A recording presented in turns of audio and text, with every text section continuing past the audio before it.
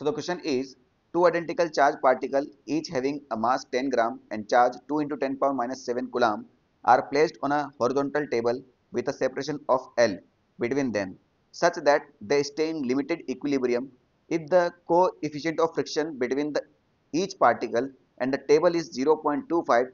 Find the value of L. G की value आपको यहाँ पर 10 लेना है।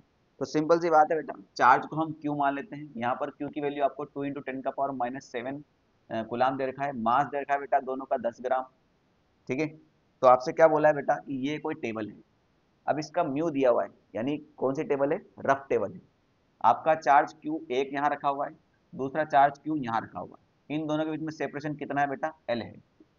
ठीक है, अब जब मैं दो चार्ज को एक दूसरे के पास रखता हूँ तो दोनों क्या करते हैं, एक दूसरे को रिपेल करते हैं अगर वो दोनों चार्ज पॉजिटिव हो और नेगेटिव हो। क्वेश्चन में आपको दोनों चार्ज पॉजिटिव दिए गए हैं, यानी ये चार्ज इसको इधर की तरफ रिपेल करना चाहता है, किस फोर्स से, K Q square divide by L square.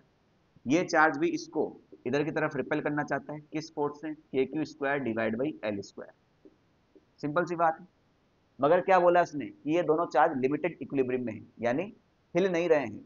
हिल नहीं रहे मतलब ये इसको रिपेल तो कर रहा है मगर वो उधर नहीं जा रहा, ये इसको रिपेल तो कर रहा है मगर ये इधर नहीं जा रहा। क्यों नहीं जा रहा, क्योंकि टेबल रफ है। टेबल कैसा है, रफ है। टेबल रफ है मतलब ये चार्ज जब इसको इधर धक्का देने वाला था तो ये टेबल क्या कर रहा है, फ्रिक्शन फोर्स इधर की तरफ लेके आ रहा है।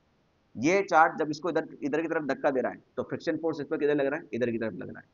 ये दोनों फोर्स बराबर हो रहे हैं, इसीलिए चार्ज अपनी जगह से नहीं हिल रहे। यानी यहाँ पर सीन क्या है, एफ जो है आपका वो इलेक्ट्रोस्टैटिक फोर्स के बराबर होगा, यानी के Q square divide by L square.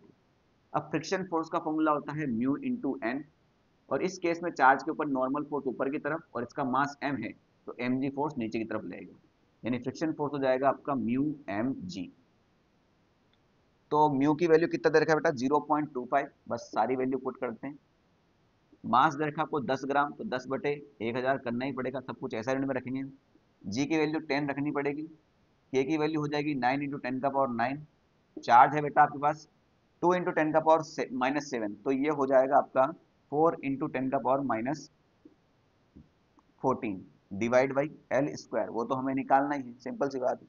तो ये 2 जीरो से 2 जीरो खत्म हो जाएगी, 25 नीचे 2 जीरो आ जाएंगे, ये 25 से जाएगा 4 बार।